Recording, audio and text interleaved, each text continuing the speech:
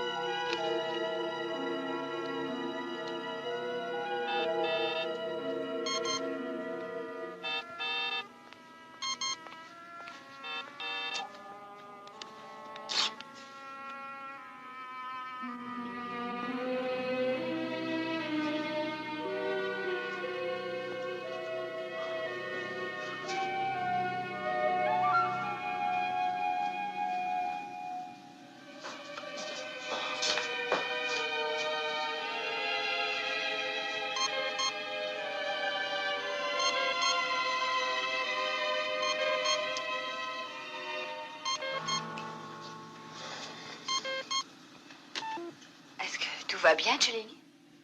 Oui, docteur. Ça va bien, ne soyez pas inquiète.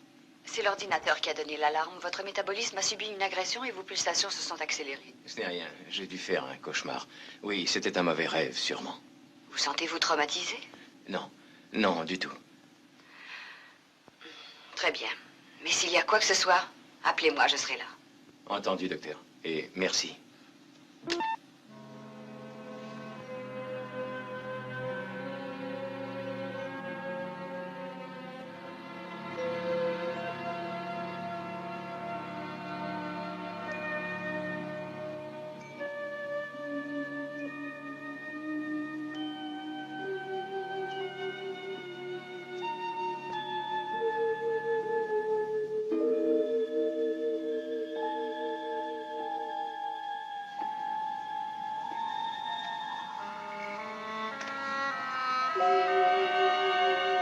Échec. Vous êtes un véritable ordinateur. Ça ne veut sûrement pas dire grand-chose, commandant. Je bats tout le temps l'ordinateur. Bien sûr, c'est vous qui le programmez. Ah, ça ne m'empêche pas de vous battre. Échec et mat. Ah, l'ordinateur n'est pas content. Vous l'avez insulté.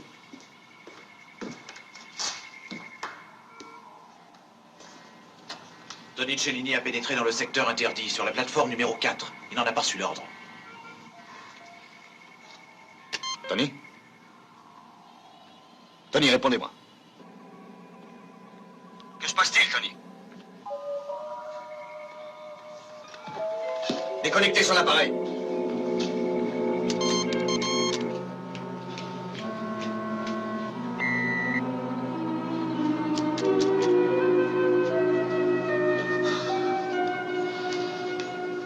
Alors, Tony, que se passe-t-il? On est somnambule?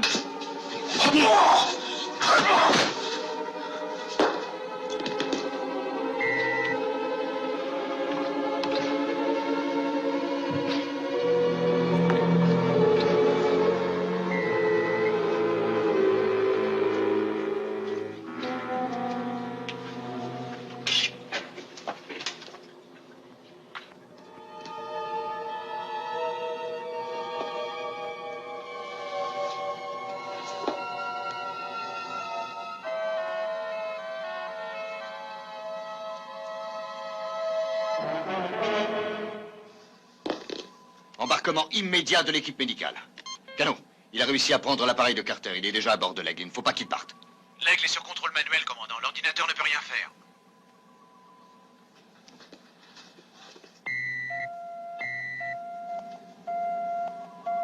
Commandant, à ordinateur. Annulez toutes les consignes de sécurité et permettez-moi de passer. C'est un ordre. Échec abandonné.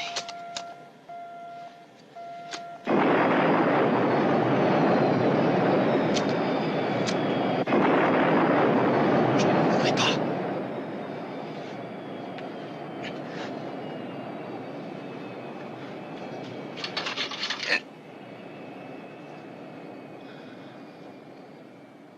Laissez-moi faire ce que je veux.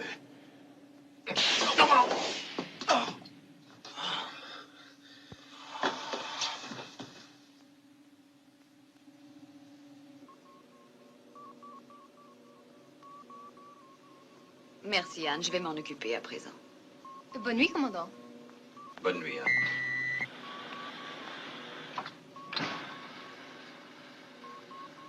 Comment va-t-il? Aussi bien qu'on peut l'être après avoir reçu une pareille décharge. J'avoue que je m'attendais un peu à la réaction qu'il a eue. C'est un instable, John. C'est surtout un individualiste. Je n'ai jamais compris l'admiration que vous avez pour lui. Oh, c'est simple. C'est un être courageux, mais un être qui est perturbé émotionnellement. Il l'est tellement qu'il est devenu névrosé. Jusqu'où avait-il l'intention d'aller sans combinaison, en simple pyjama? Il sait où nous nous trouvons. Il sait que nous sommes à environ 3 mois de vol du plus proche système solaire. Et il s'apprêtait à partir comme ça. Ne me dites pas que c'est un acte qui se qualifie de raisonnable. Il n'a même pas pensé à emporter sa brosse à dents. Helena, vous ne le connaissiez pas avant le vol d'exploration sur Ultra. C'était un sportif, un type décidé qui savait où il allait. Et un poète. Un excellent astronaute, le meilleur qu'il me soit arrivé de rencontrer. Je le sais bien, j'en ai entendu parler. Il s'est produit un événement que nous ignorons. Il s'est forcément produit quelque chose, et ça s'est passé au-dessus d'Ultra.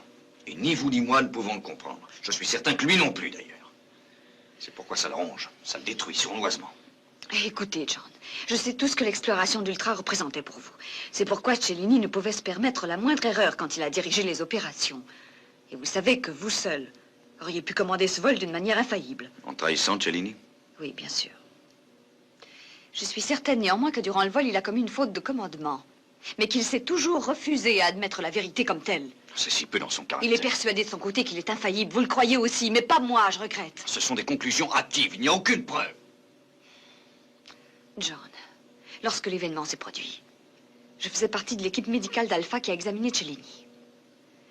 Les conclusions dans le rapport que j'ai dû soumettre ont été très nettes.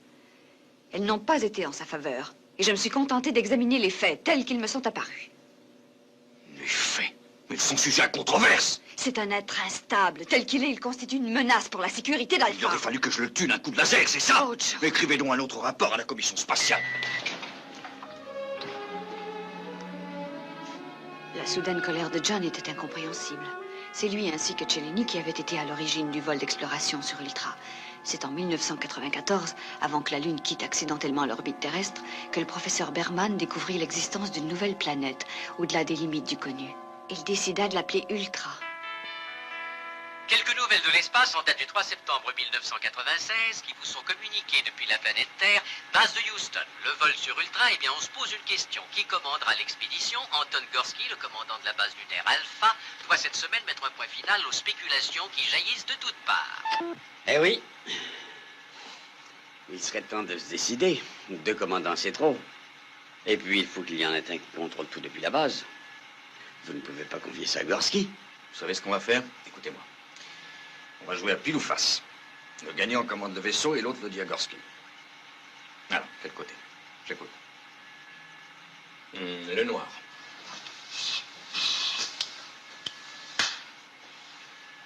Ah, désolé. Les dieux ont choisi le meilleur astronaute.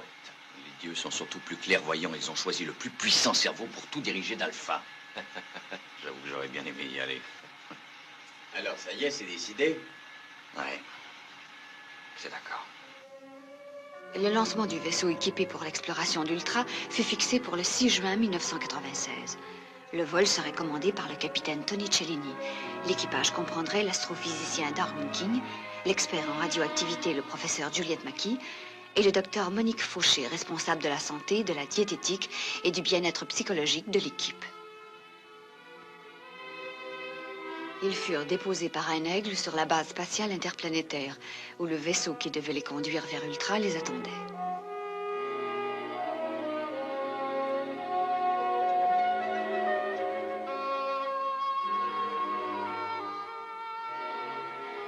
L'embarquement et le compte à rebours se déroulèrent normalement. Le lancement eut lieu à 1200 heures d'après le contrôle.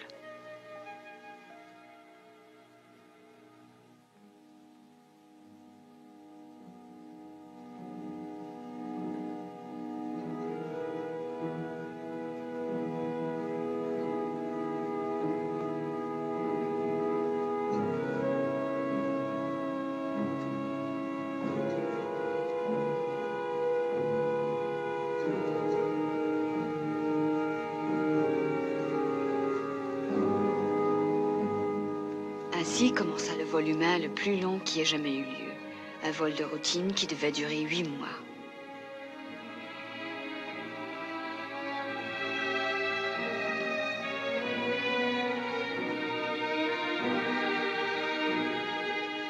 Rien ne vint troubler la sérénité du voyage.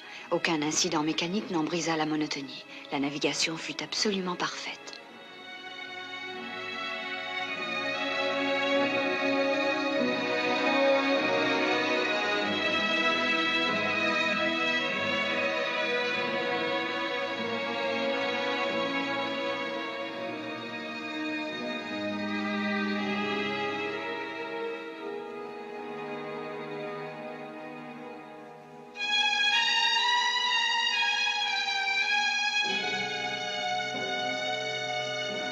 Chaque jour, l'excitation grandissait à mesure que les rapports des ordinateurs confirmaient l'existence sur Ultra d'une atmosphère semblable à celle de la Terre.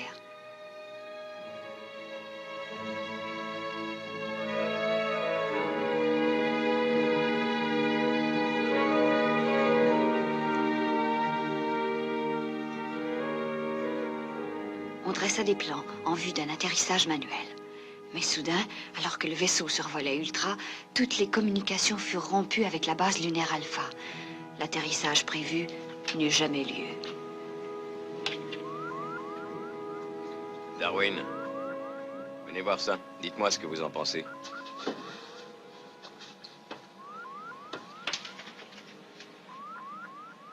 Mais on dirait du métal. C'est bien ce que je crois aussi.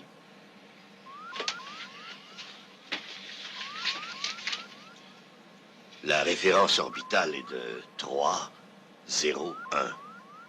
Bon, il faut relever la position de tout élément inconnu. On va aller jeter un coup d'œil. D'accord.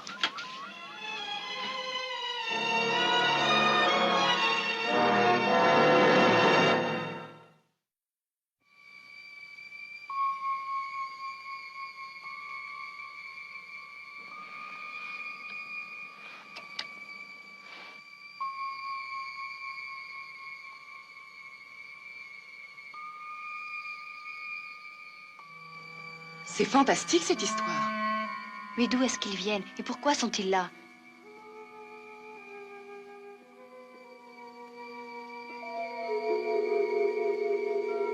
Il n'y a pas un seul signe de vie dans aucun d'entre eux. Si ça se trouve, il n'y a personne à l'intérieur.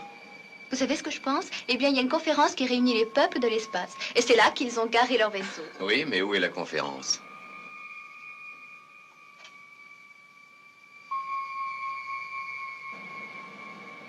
Il y a certainement du monde dans les environs. Darwin, l'ordinateur le sait peut-être. Je vais voir. Juliette, branchez le survolteur sur toutes les fréquences dans le spectrogramme.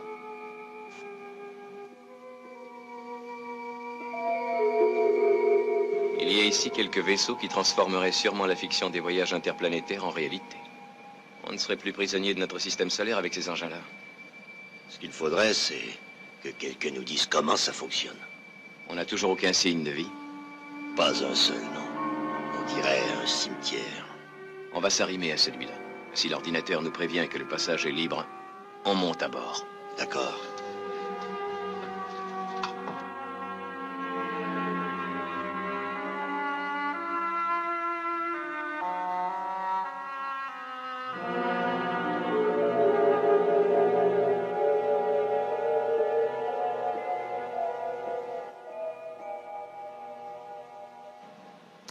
L'arrimage a l'air d'être parfait. Atmosphère à 39, c'est-à-dire respirable. Température 28 degrés, radiation 0. Que demande le peuple, hein? Très bien. Sésame, ouvre-toi. Bon, juste un coup d'œil, Darwin. J'ai bien hâte d'aller voir ça aussi. Ça va, ouverture.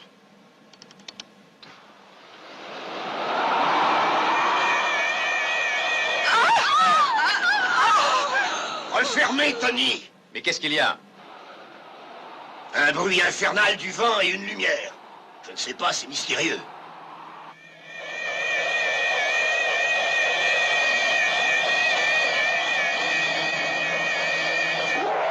Fermez les portes arrière! Alors, vous les fermez? Il n'y a plus un circuit automatique qui fonctionne. Essayez sur manuel.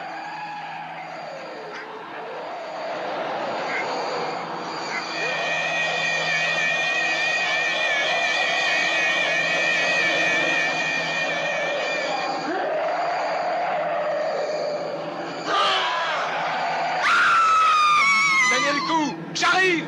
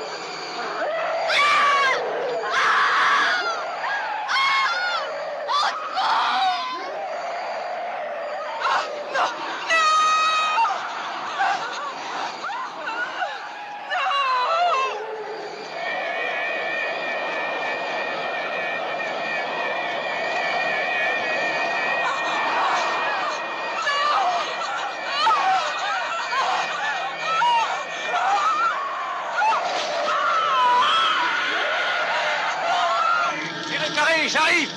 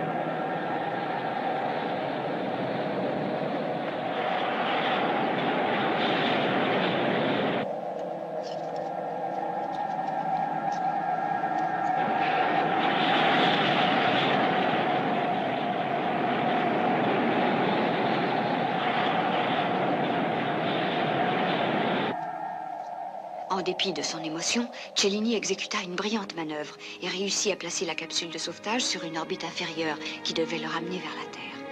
Il arriva à survivre pendant plus de 6 mois, seul dans sa capsule.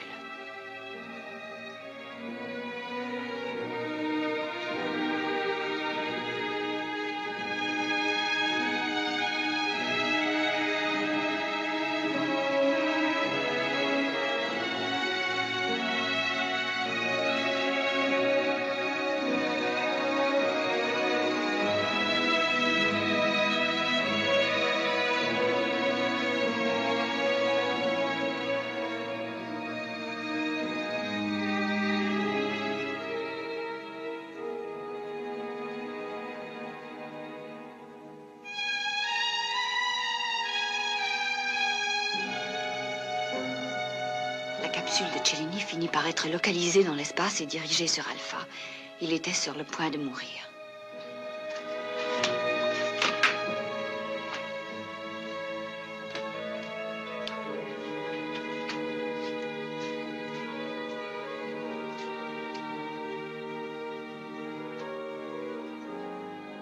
Section 2. Réanimation, faites vite. Bob, Ça a l'air incroyable, mais il vit toujours. est-ce qu'il va survivre? Oui, je crois. Il s'accroche à la vie, celui-là. Mais à mesure que Cellini reprenait des forces, le doute commençait à s'installer dans l'esprit de ceux qui l'avaient encouragé à vivre et qui à présent le jugeaient. Ce qu'il racontait de sa rencontre et de son affrontement avec le monstre était difficile à croire, et l'enregistrement contenu dans la boîte noire permit une plus grande incertitude quant à la véracité de ses propos. En tant que membre de la commission médicale de l'espace, je fus chargé d'enquêter sur l'état mental du convalescent.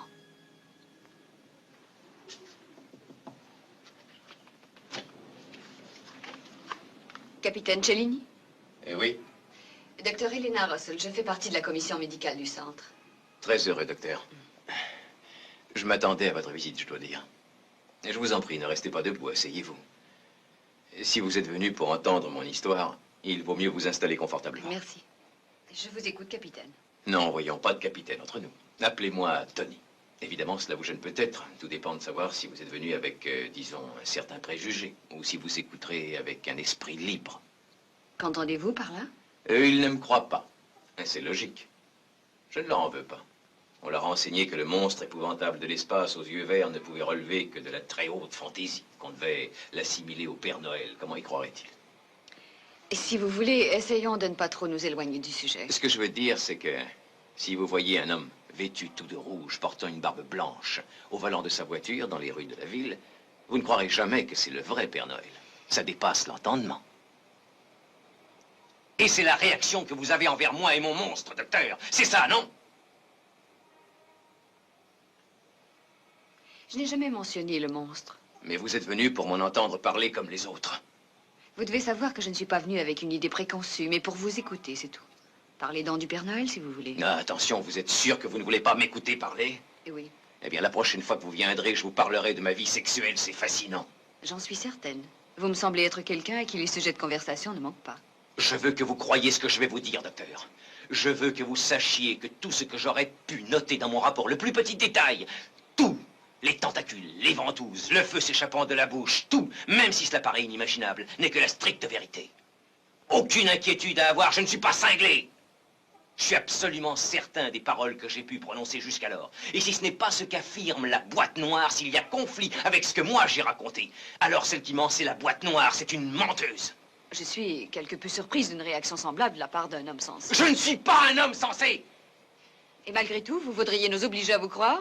Tout ce que je veux, c'est que vous, Koenig, Bergman, Dixon et tous les autres, vous renonciez aux critères qui vous font juger de ce qui est vrai ou de ce qui est faux. Il faut que vous abandonniez tout ce qui est raison. Je vous demande de croire que moi, Tony Cellini, je me suis trouvé face à face avec un dragon, que je me suis battu avec lui armé d'une hache et que j'ai survécu. Vous devez le croire puisque c'est vrai.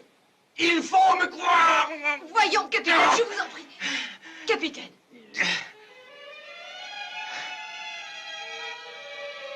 Aidez-moi, docteur. S'il vous plaît, croyez-moi.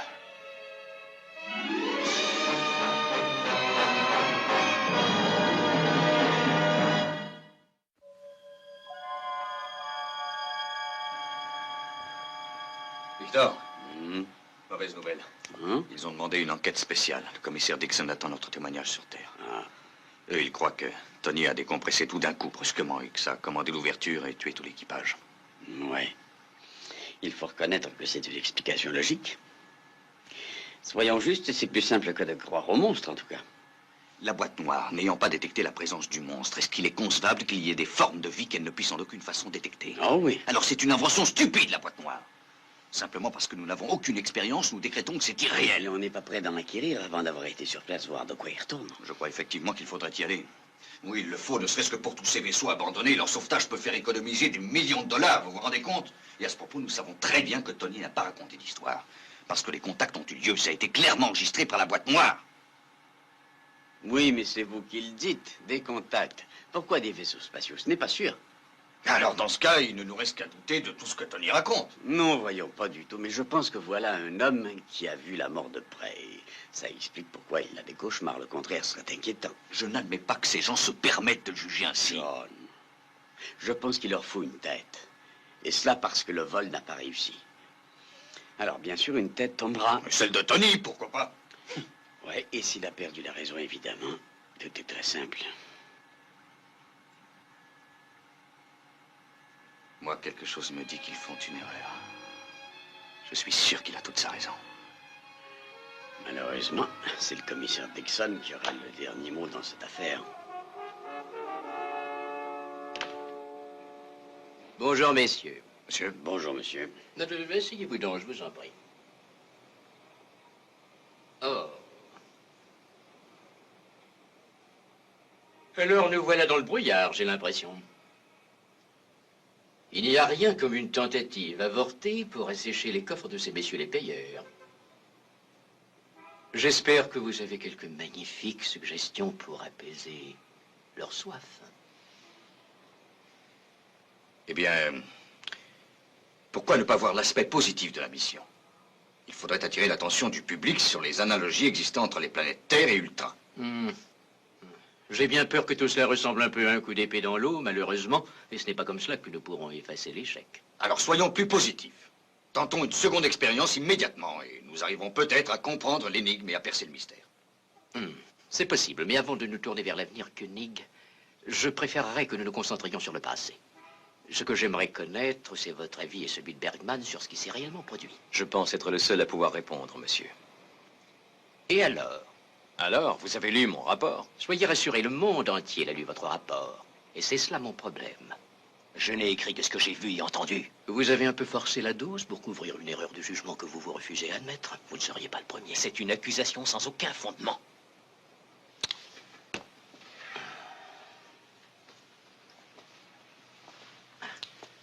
J'ai besoin de connaître votre opinion à vous deux. Est-ce que vous croyez aux monstres? Eh bien, moi, je crois qu'effectivement, il y a quelque chose qui a affecté Tony, peut-être psychiquement, et que c'est la seule chose à laquelle nous puissions nous attacher réellement. Et vous, Koenig?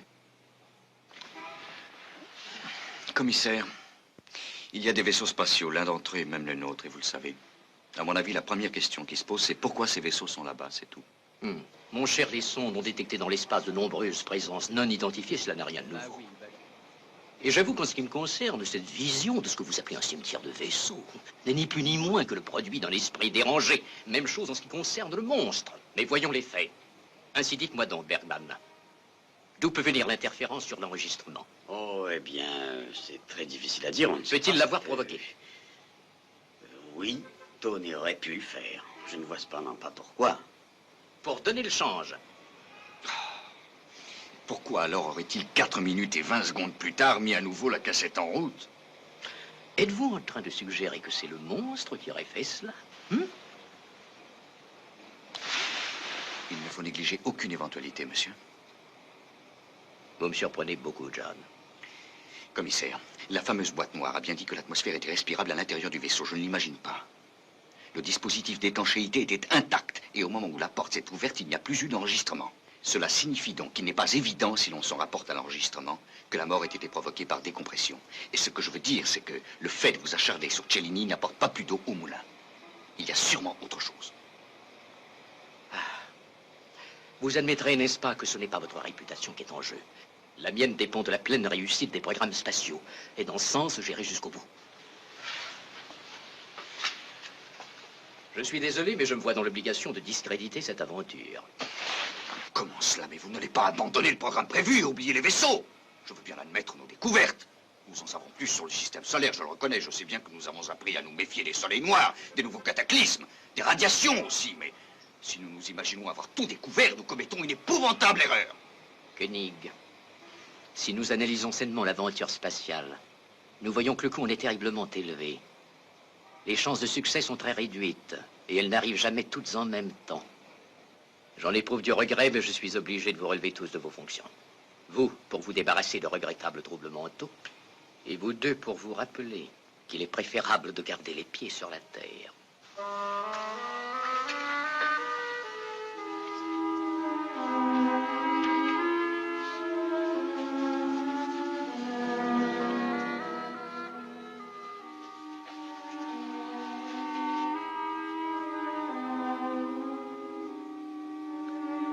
Le 13 septembre 1999, jour où la Lune quitta accidentellement l'orbite terrestre, John Koenig assumait à nouveau depuis quelque temps les fonctions de commandant de la base.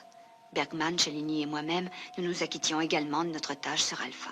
Toutes les notes compilées après le malheureux vol sur Ultra furent détruites ce jour-là. Au moment où Tony eut à nouveau un cauchemar, les vieilles querelles au sujet du monstre rejaillirent. Oh, merci.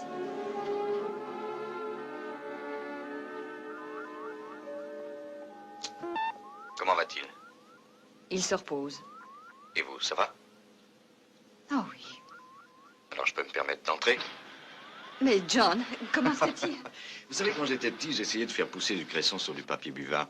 De cette façon, c'est beaucoup mieux. Hein? Où avez-vous eu ça? C'est un héritage de mon prédécesseur. C'est drôle, il s'est mis à pousser tout d'un coup. C'est peut-être parce que je lui racontais des histoires. Oui, j'avoue qu'il est magnifique. C'est pour moi? Mhm.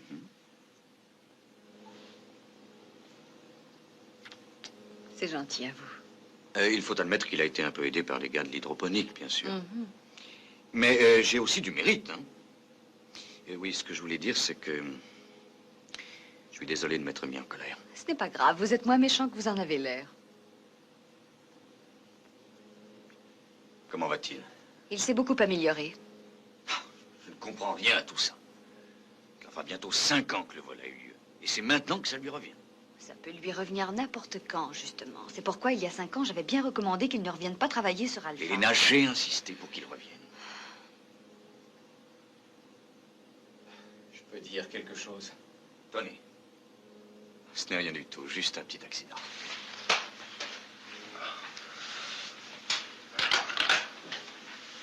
Allez, vous n'avez plus besoin de ça. Qu'est-ce qui vous est arrivé? J'ai cru voir et aussi sentir. Je sais pas, Mais que vouliez-vous qu'il y ait? Vous savez que nous sommes à des millions de milles d'Ultra. Vous avez eu un cauchemar la nuit dernière. L'ordinateur 0220 de surveillance médicale a déclenché l'alarme. Et je vous ai réveillé. Vous en souvenez-vous? ce n'est rien. Ce n'est pas grave. Bon, écoutez-moi. On a trouvé un tomahawk planté dans le poste de communication de vos quartiers. Est-ce que c'était le monstre? Pourquoi tout d'un coup? Que vouliez-vous faire en montant dans l'aigle? Vouliez-vous essayer de lui échapper? Je voulais aller le combattre et...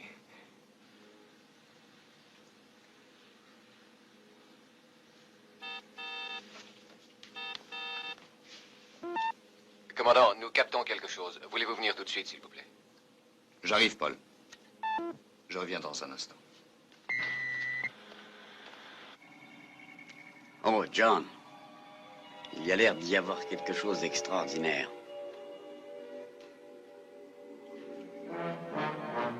On dirait une espèce de démonstration de vaisseau.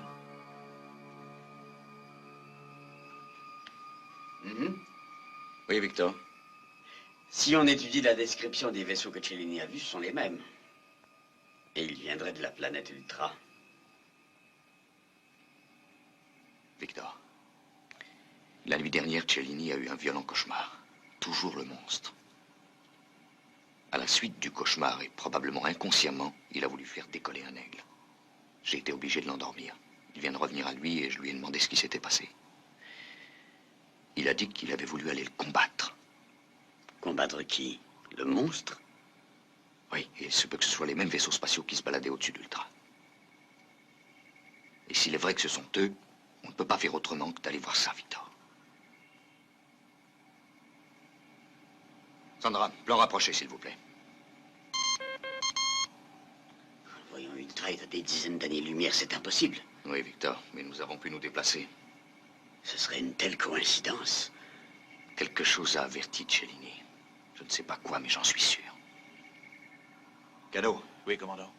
J'aimerais bien que l'ordinateur vérifie les enregistrements du vol sur Ultra en 1996. Je crois qu'il faut les comparer parce que j'ai l'impression que certains contacts sont très ressemblants, que ce sont les mêmes. Ça y est, commandant, je l'ai trouvé. C'est bien notre vaisseau d'exploration, regardez. Alors ça, c'est incroyable. Oui. Autant que l'histoire de Tony à propos du monstre. Alan, il me faut un aigle prêt à décoller sur la piste 1. Il nous faut aussi une escorte. 3 vaisseaux prêts à toute éventualité. J'y vais.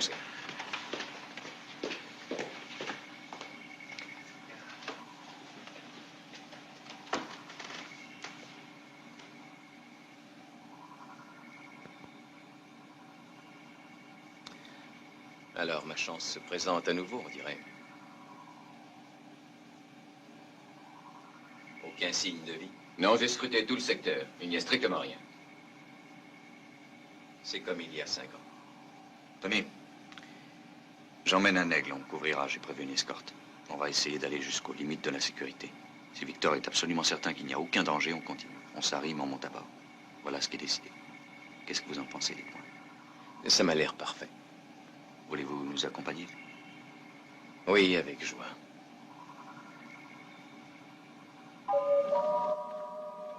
Il est beaucoup trop calme. Ce que je veux, c'est lui donner une chance de se débarrasser de ça. Je vous aurais averti, John.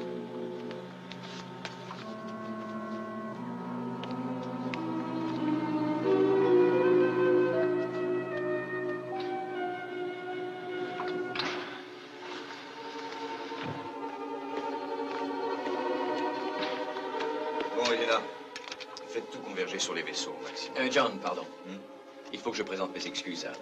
Non. Alan, je suis désolé pour la nuit dernière. Ouais.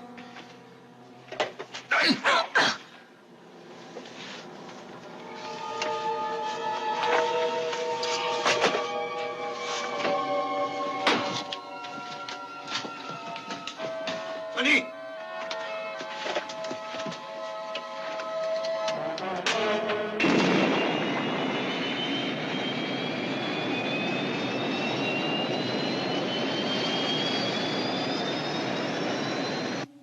Aigle 2 et 3, décollage immédiat. Suivez Cellini sur Aigle Noir. Aigle 8, attention, déposez votre module passager et passez sur piste 1. Je suis désolé, John, mais c'est mon ennemi.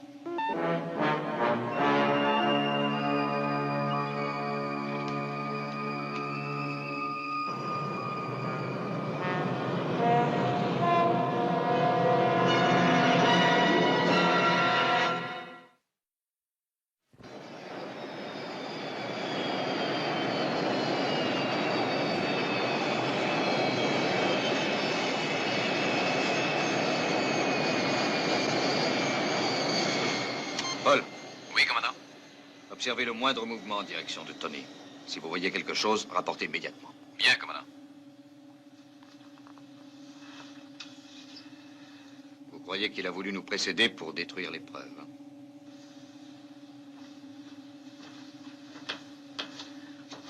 En tout cas, je ne sais pas ce que ce gars-là a contre moi. Oui.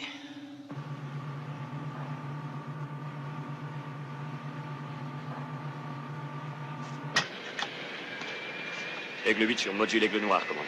Très bien, décollez tout de suite. Et vitesse maximum, Michel.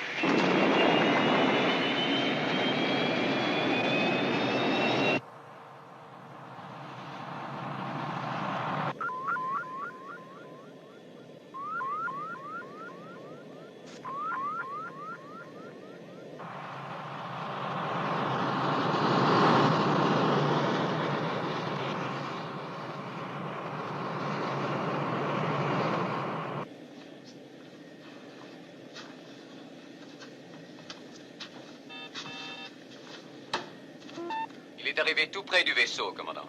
Il doit avoir environ 6 minutes d'avance sur vous. Merci, Paul. Je suis certain qu'il va arrimer son module de commande au vaisseau. Cela se peut, les systèmes sont compatibles. On reçoit toute une série d'informations depuis Alpha. Elles ont été confirmées par règles 2 et 3. Je traduis. Traces de vie, nulle. Radiation et source d'énergie, nulle. Tout est nul.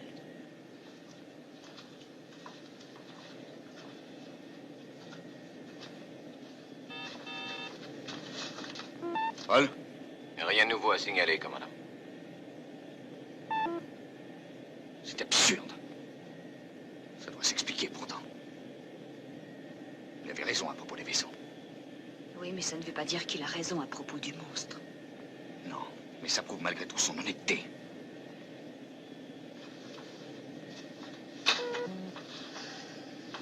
Victor? Désolé, John, mais je ne peux qu'avancer certaines hypothèses et encore, je ne suis pas bien sûr de moi. Ça ne fait rien, allez-y. Une toile d'araignée dans laquelle des vaisseaux se seraient laissés prendre comme des mouches. Qui nous emmène vers les monstres, bien entendu.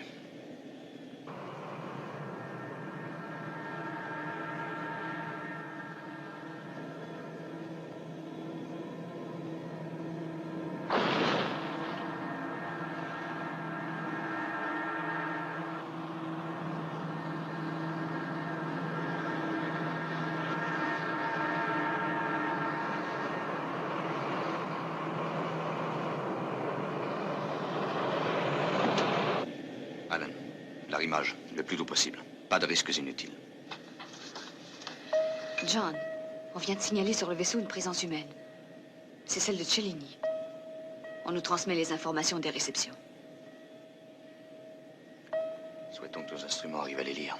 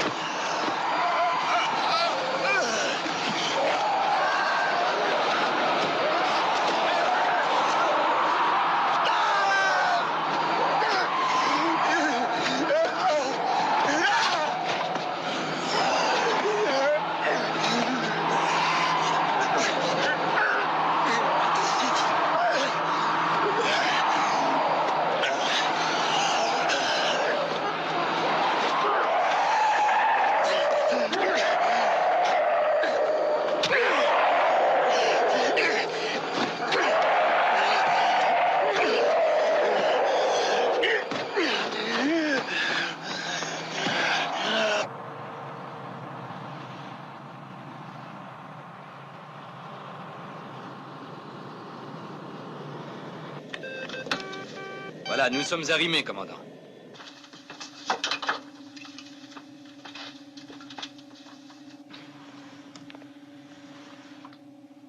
Elena, je pense qu'il vaut mieux que vous restiez ici. Allons-y.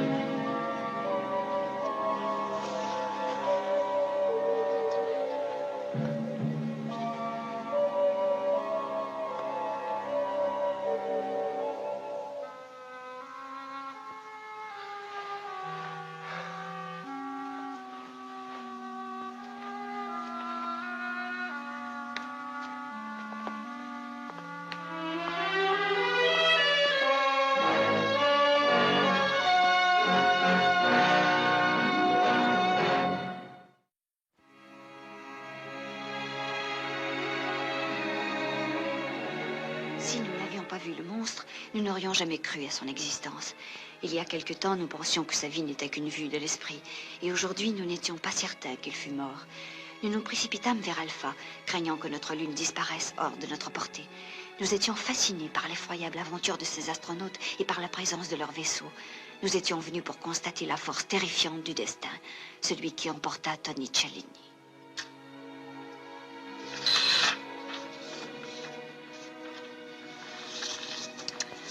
John, si un jour nous voulions nous fixer sur une planète et y vivre, et si nous avons des enfants, il faudra leur enseigner une nouvelle mythologie. Celle qui a trait à Tony et au monstre, non. Saint-Georges et le dragon risquent de paraître fades depuis ce que nous avons vu. Ce que nous avons vu fait partie de notre histoire, Elena. Tony aurait certainement beaucoup aimé revivre une nouvelle vie à travers une vieille mythologie.